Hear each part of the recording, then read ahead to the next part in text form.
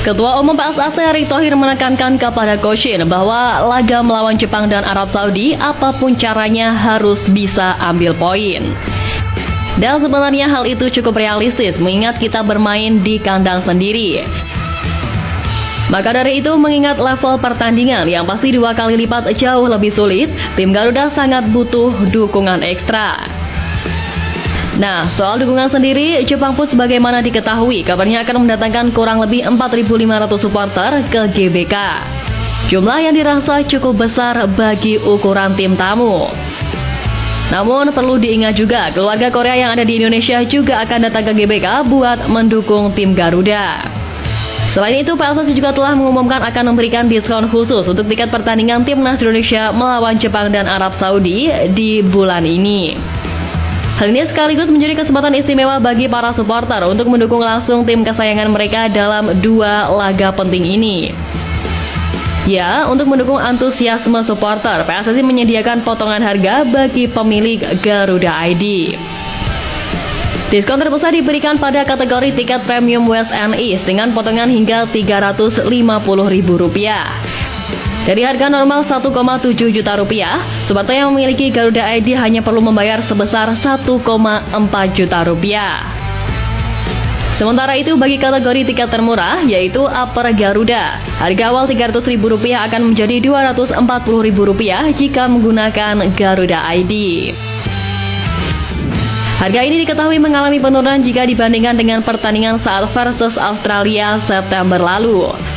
Dan rencananya penjualan tiket ini akan dibuka pada Sabtu 2 November pukul 10.00 waktu Indonesia Barat dengan cara mendaftarkan akun Garuda ID terlebih dahulu pada laman resmi PSSI atau juga bisa melakukan pendaftaran offline di beberapa wilayah yang telah ditentukan.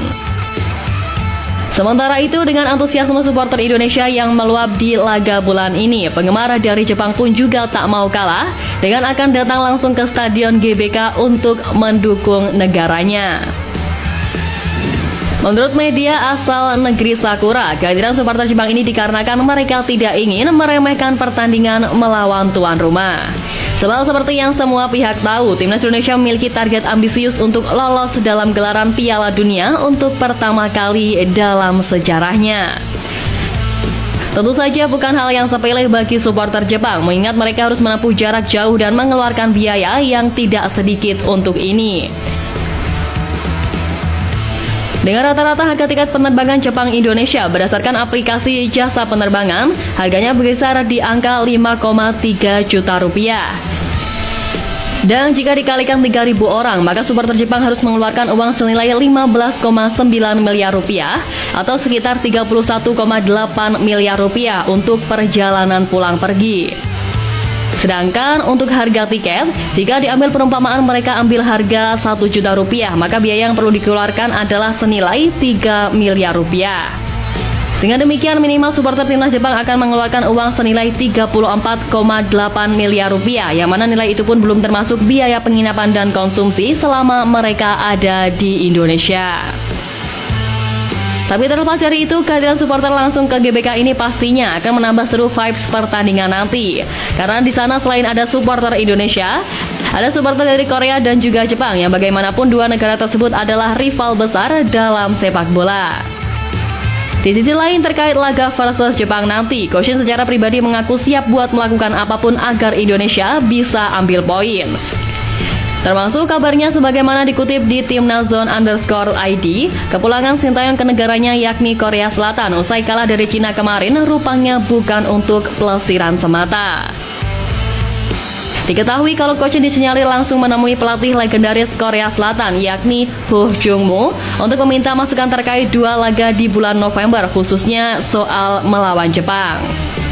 Pasalnya, Ho Jung-moo sendiri memiliki rekor belum terkalahkan saat Korea Selatan bersua Jepang.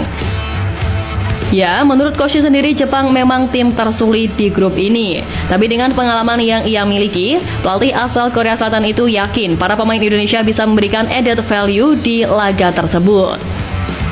Apalagi nantinya ada publik Korea yang juga akan datang mendukung. Pastilah itu akan membuat Coach Shin makin bersemangat dan dijamin gak aneh-aneh. Selain itu menariknya tak hanya dari Korea Selatan, sejumlah supporter mulai dari negara Thailand hingga Irak pun kini berbondong-bondong untuk memberikan dukungan kepada skuad Garuda. Dalam kolom komentar unggahan Instagram AFC, mereka mendukung skuad Garuda agar bisa lolos ke Piala Dunia 2026.